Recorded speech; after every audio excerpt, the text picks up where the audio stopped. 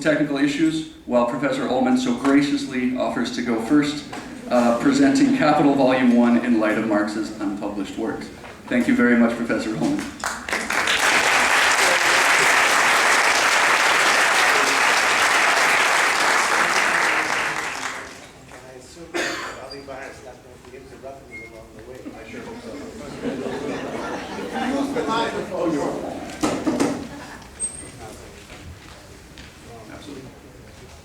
How about another round of applause?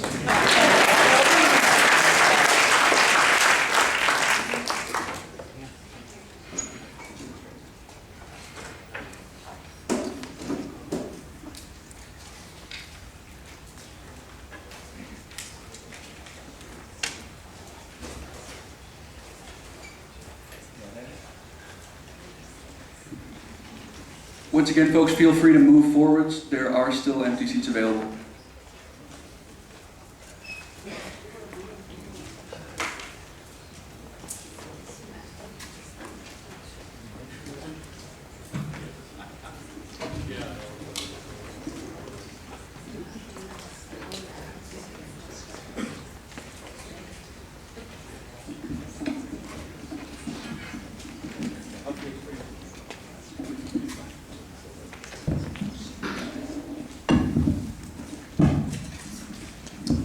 Hello?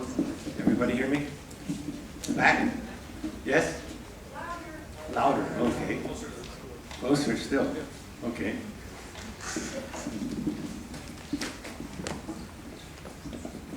Every serious student of Marxism is aware of the distinction Marx makes in the preface to Capital Volume 1 between inquiry and presentation.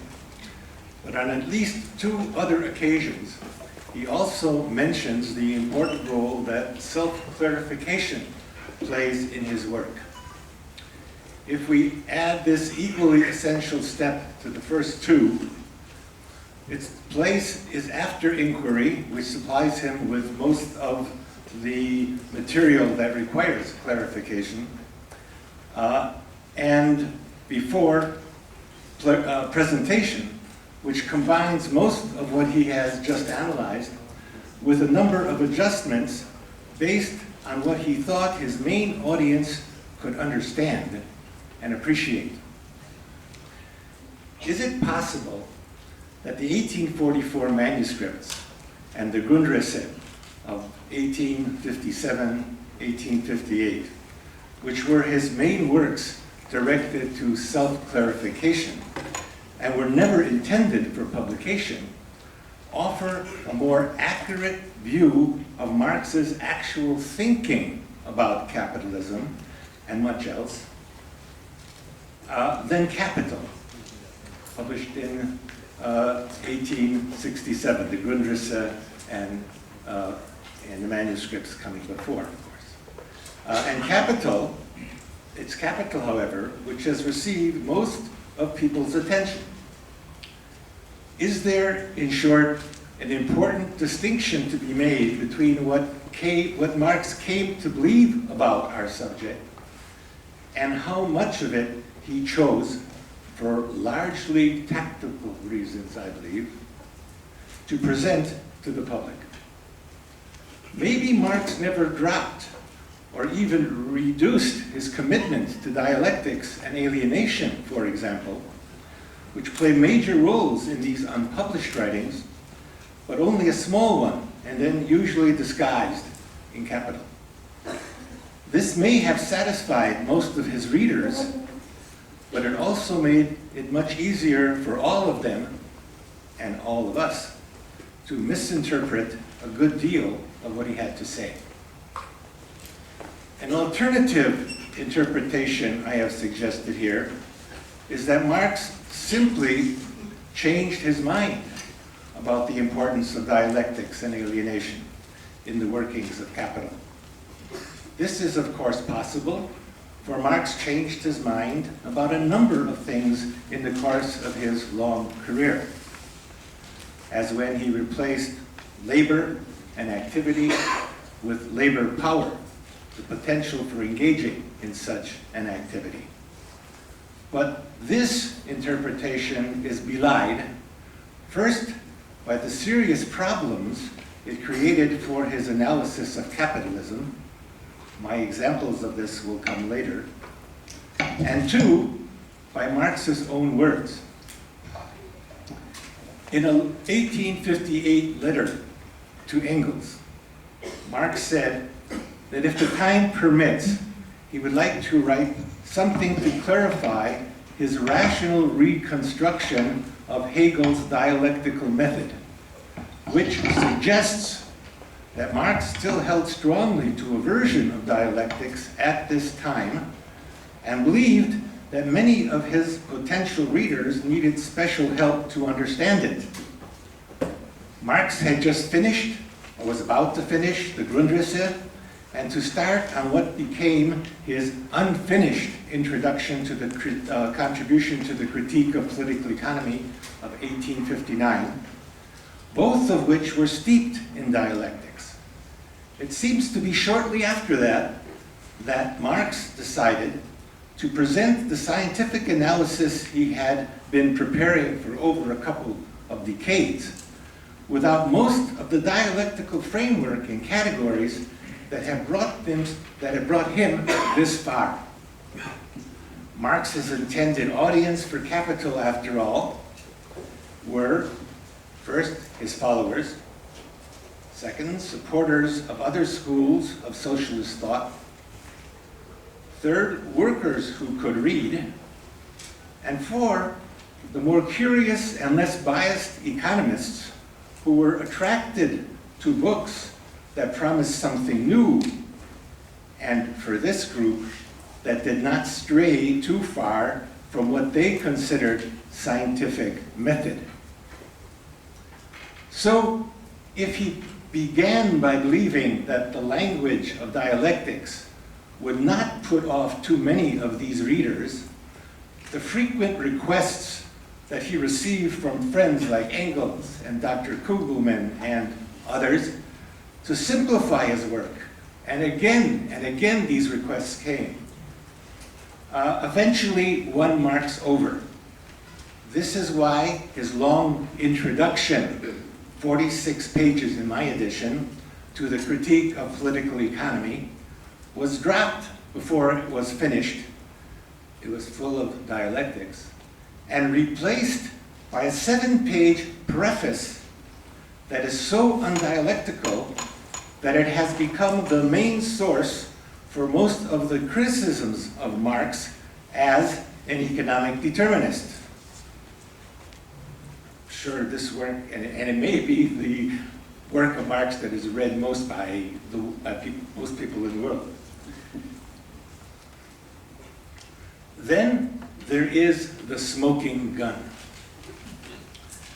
On December 9th, 1861, when Marx had already begun his work on Capital, Marx wrote to Engels, quote, "My work proceeds but slowly. It was, in fact, not possible to find such theoretical matters to finish such theoretical matters under such conditions. But it will be treated more popularly, and the method much more concealed than in part 1, unquote." I take part 1 to refer to the critique of political economy, which he still thought would be the first section of what became Capital, Volume 1. I consider Marx's use of the word concealed here a very strong statement of how he intended to treat dialectics, a view that he qualified once again, at least in his introduction to Capital, Volume 1, in the German translation, with an impressive endorsement of the role that the dialectical method plays in his thinking. Unfortunately, Marx reverted to concealing major parts of dialectics in the book that follows this. That follows this introduction for the reasons that I spelled out earlier.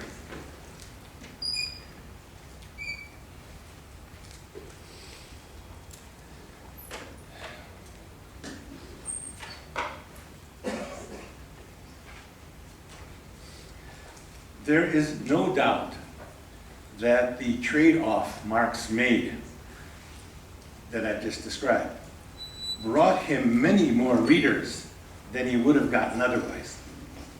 And as someone who shares Marx's politics, as well as his ideas, I recognize the importance of such numbers. But he paid a price for this. And we need to be aware of what that was, both in Marx's time and for today. The two are not the same. And whether there is still something we can do about it. But before we enter further into this subject, a summary of Marx's dialectical method is in order if we are to learn what he omitted or played down in Capital and what that cost him and us. Given the time constraints imposed by our conference, this will have to be brief. The place to begin is with the philosophy of internal relations, which holds that everything in reality is internally related, directly or indirectly, to everything else. And all of this is also evolving, though not always together, in one way or another, and at one speed or another, and in one direction or another. On this view, everything becomes both a relation, a very complex one, and a process, a very long one. And there is no easy way of determining where either of them starts or ends. The more popular alternative is the philosophy of external relations, where everything in reality is conceived of as a separate part or thing that is logically distinct and static until something or someone comes along to establish a relation or cause it to move. Faced with such a choice, most people, including, I confess, myself, would probably opt for the philosophy of external relations. For it appears from what I have just said that any attempt to study something using the philosophy of internal relations could go on forever. And so it would, if Marx had not mastered the process of abstraction, that is, of focusing on, or highlighting, or singling out certain aspects of what lay before him for special attention. The separations that ensue take place on three different terrains, which I have dubbed abstraction of extension, or how much space and how long a time period are brought into the same focus, abstraction of vantage point, or which feature or group of interrelated features is singled out to serve as the starting point from which to view and to establish a kind of order and a set of priorities in its immediate surroundings, and abstraction of level of generality, or which period of history, as determined by its distinctive conditions, particularly but not only in the mode of production, to treat as a separate whole for purposes of uncovering its equally distinctive law of motion. The latter, law of motion, is a subject of great importance that we will return to later.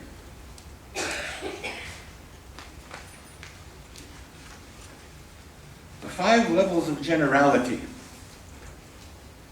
that Marx treats in this way, moving from the more general to the more specific, are, I numbered them backwards because I've begun with the most general, are 5, the human condition, or what all human beings throughout the history of our species have in common. 4, class history, or what all societies divided into classes have in common, which includes only those features of capitalism that it shares with other class societies. 3, or capitalism, or what sets capitalism apart from the first 2, from the time it became the dominant mode of production in a society to the time that that ceases to be the case. 2, modern capitalism, or the most recent stage in capitalist society in which a number of new developments have evolved into its own law of motion within, this is important, within the larger and more general capitalist law of motion that continues to exist. And 1. 1 is the here and now, or all that happens to conditions, events, and people that make use of their proper names.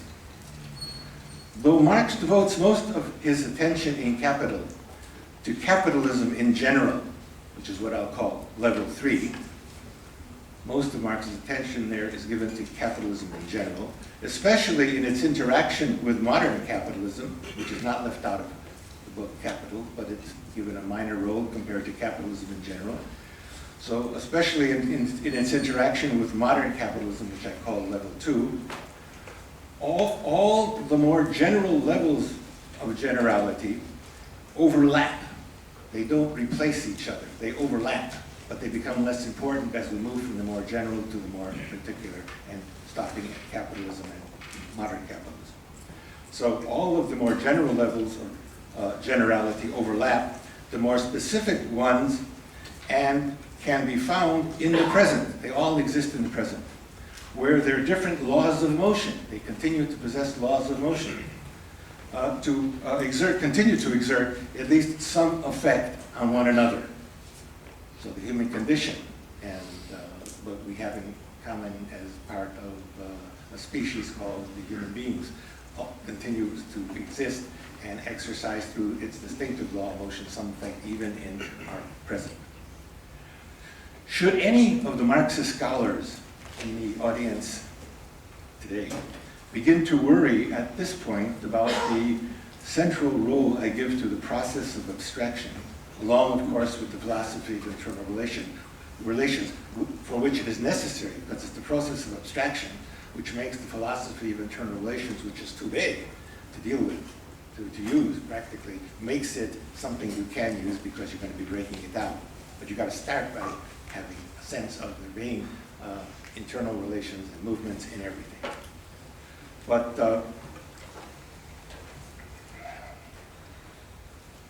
let me assure people who are worried about my using the process abstraction in a way which is a little different than the way most people would use it. Let me assure them that I'm aware and I accept that this is a little different than other senses of this notion, which I also use. And these other 3, of course, are abstraction understood as the result of any one using the process of abstraction, not simply the kind of result that we're talking about. Secondly, as a result of this process, that is to say, using the process of abstraction, when it focuses on too little of the internal relations which are there, and therefore leaves you with a partial and imperfect and often distorted idea of what it is that you've brought into focus. And there's this, so in other words, it's associated with ideology here. And then there's the sense of abstraction, which is emphasized by Bertell, who's written on the subject, where he correctly points to it also being an accurate reflection of that part of the real world brought under examination. So it also is not only has to do with how we deal with the real world, but what the real world is and how that gets reflected in our understanding. From this last use of abstraction, it's clear that one can also see Marx's process of abstraction is influenced as much, because he accepts and can be found using all of these different, somewhat closely related but somewhat different notions of abstraction. But Marx uses them all, and he's influenced as much by what the world really is as by what is needed to expose a reality where everything in it is both a relation and a process. And that's his problem. This is why dialectics is both an ontology and an epistemology. The shorthand, but more complex version of what I'm talking about.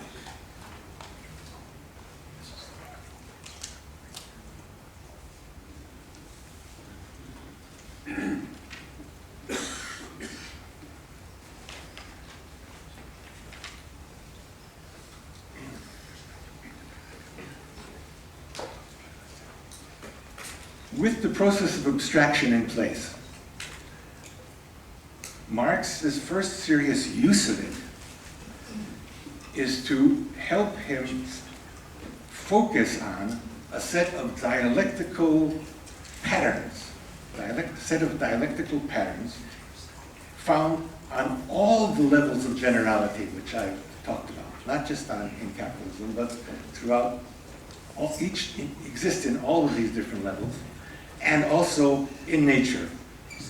The most important of these patterns are, and you'll recognize most of them, quantity, quality, change, identity, difference, appearance and essence, the interpenetration of polar opposites, negation of the negation, and of course, the one used more than any of the others, contradiction. Now they all share a common function, and that is of helping him, and through our reading of Marx, us, to focus on a complex pattern of relations and changes that make up parts of a still bigger picture. This is part of the process of abstraction, breaking down the philosophy, an internally related world which is also evolving over time, into, in this case, not parts of what's necessarily going to be central to our analysis, but these are patterns in the world and on each of these 5 levels of generality, which are very useful in helping us move our studies forward. There's a warning that I want to issue at this point. There is a grave danger in using these categories before the listener, and I'm talking to you now as people who may use them in talking or writing for someone else, before the listener or the reader knows something about the internal relations out of which they have come and the process of abstraction that has helped to shape them. When this happens, that is to say the reader doesn't know much about what you're telling them, they haven't heard these things before, and it happens much too often. These important aids to a dialectical grasp of reality, which is what they are, can only strike most of those who encounter them as so much jargon. And I think this is what usually happens, unfortunately. Now, besides the philosophy of internal relations, it's not for me. Is that for me? I was trying to give you a warning.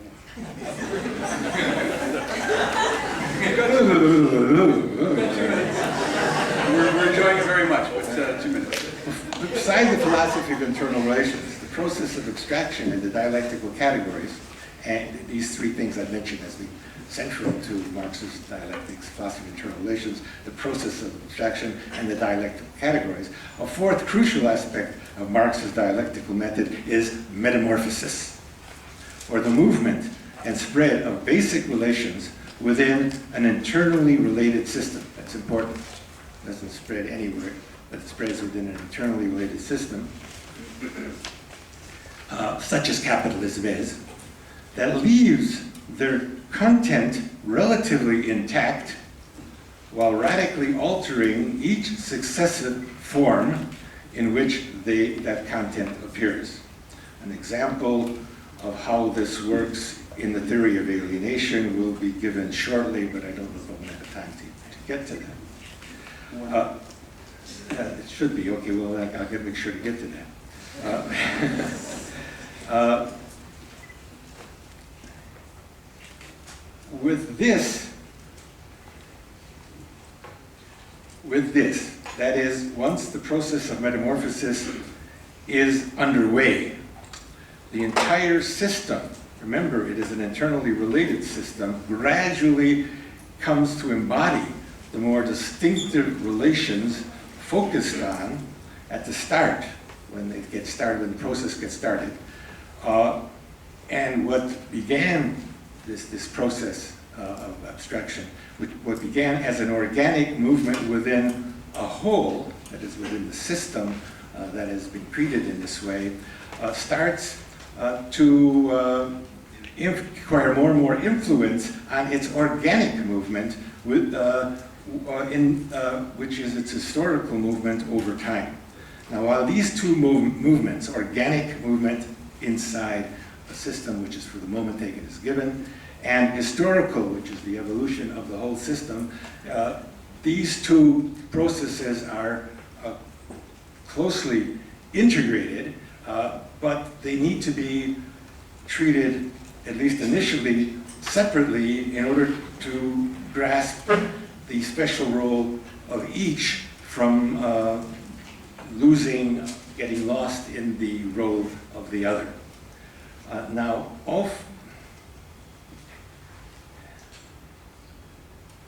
all four of these main elements in Marx's dialectics find their way into Marx's research, into his unpublished efforts at self-clarification, and to some degree into most of his published writings, including Capital.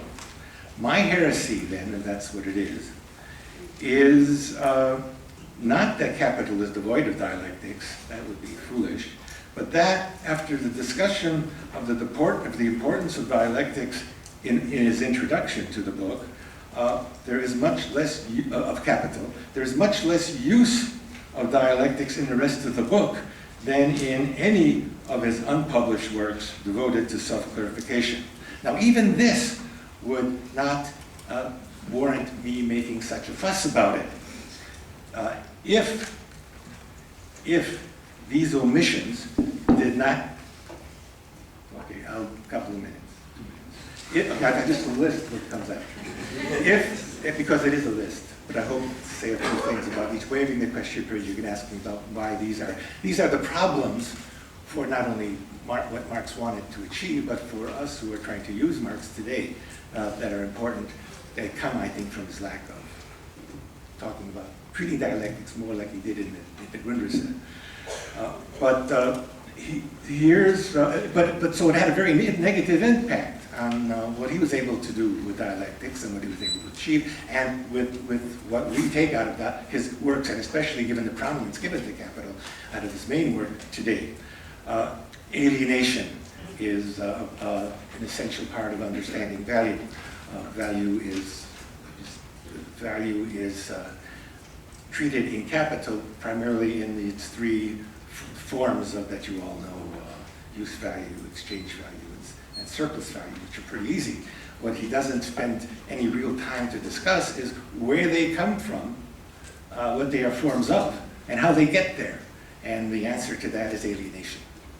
And Marx never says he dropped his theory of alienation. Any of the theories are based on categories, relationships, and it's the metamorphosis, which I referred to earlier, the metamorphosis of these relations into value in general, which then gets metamorphosed again into the forms that he emphasizes in Capital, and from there into the other forms which Capital expresses as metamorphosis of value begins to move around the rest of the economy.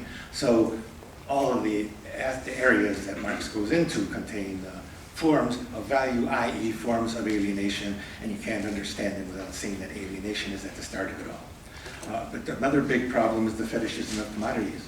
The fetishism is a version of alienation too, and for similar reasons, and I can't go into that. And insofar as as the work on fetishism was very good, but it could have been better, I think it had to do with the fact that he treats it too much as something which comes along without seeing where the basis of where it comes, alienation,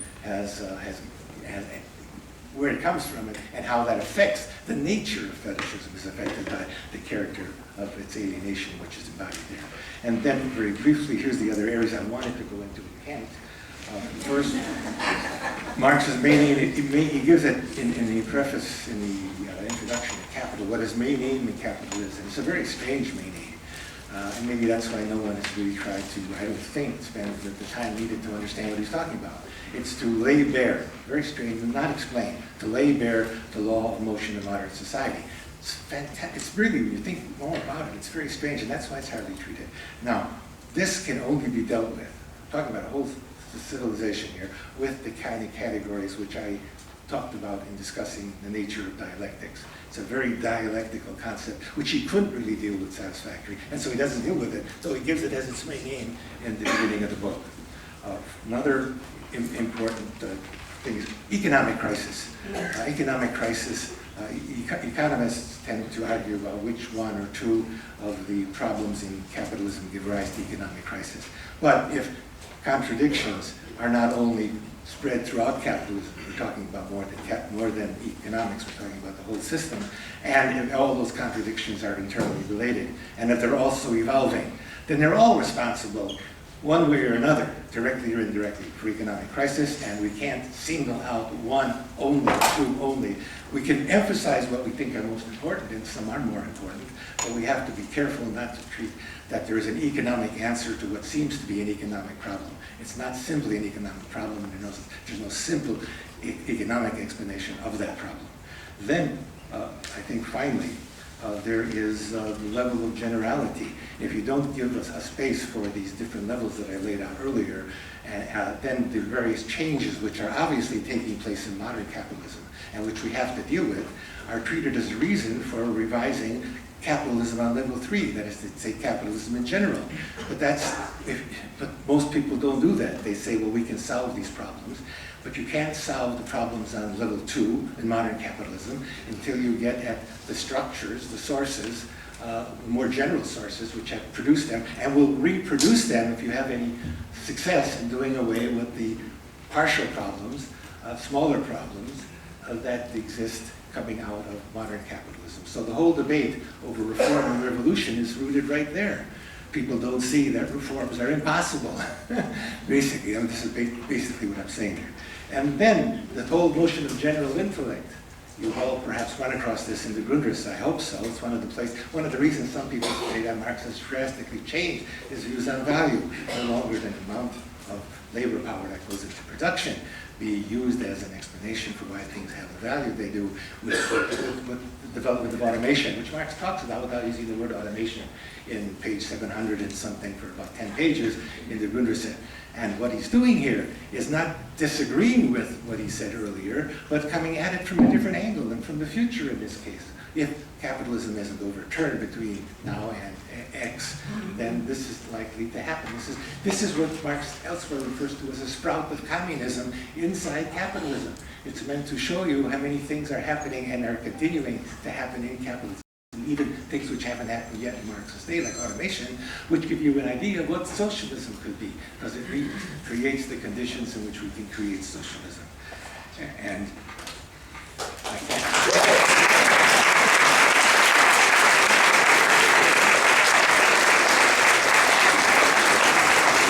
One sentence. I have to read you this, because this is what I want you. This will make everything else easy to remember. So how important is Marx's dialectic? Think of it as this. Think of it this way. What do you need of everything to get through another day in your life? Then multiply it by all the people in the world today and all those still to come. You got it? I guess Marx really should have put more of his dialectics into Capital.